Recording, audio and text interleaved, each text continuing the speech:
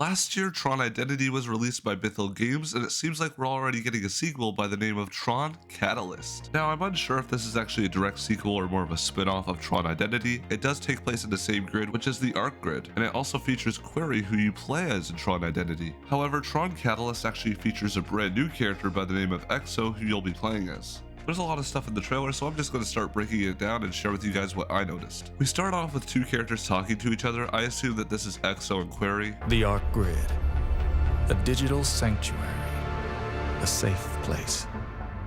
It was. Core won't let you escape, Exo. And even if you do, nobody escapes the glitch.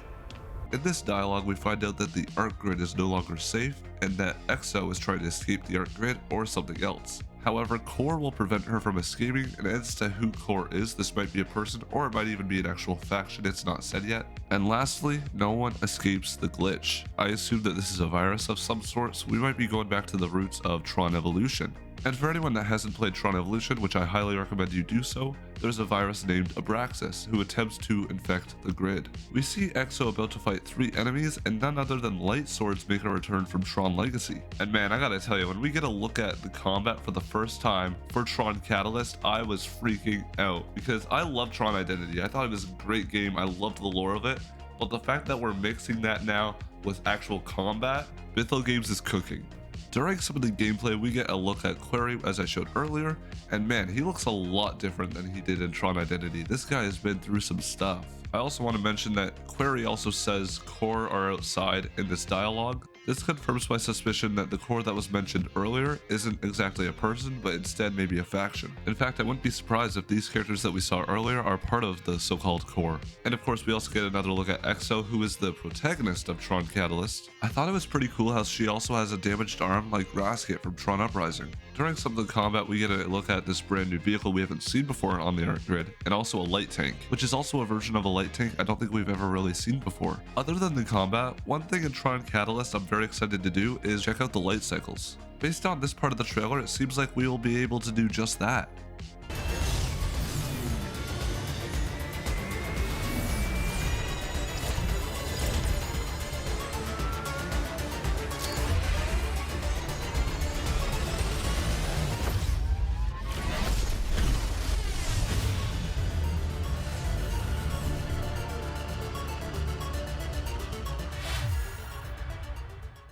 Overall, I think this game might be a bit more popular than Tron Identity just because it's also available on all consoles this time instead of just Switch and Steam, and also because Tron Identity was a visual novel and visual novels aren't for everybody, but this mixes the visual novel aspect with combat. I'm absolutely excited to see what's next for the Arq Grid, and I really hope that they find a way to connect it to Tron Ares because that's also releasing in 2025. I definitely plan to stream this day one, like I did with Tron Identity. I literally streamed the entire day until I finished the game, and I want to do the same thing for Tron Catalyst. So stay tuned for that. And let me know what you guys think of Tron Catalyst. Are you guys excited? Will you be picking it up day one? I know I will. Anyways, that's probably all for today. End of line.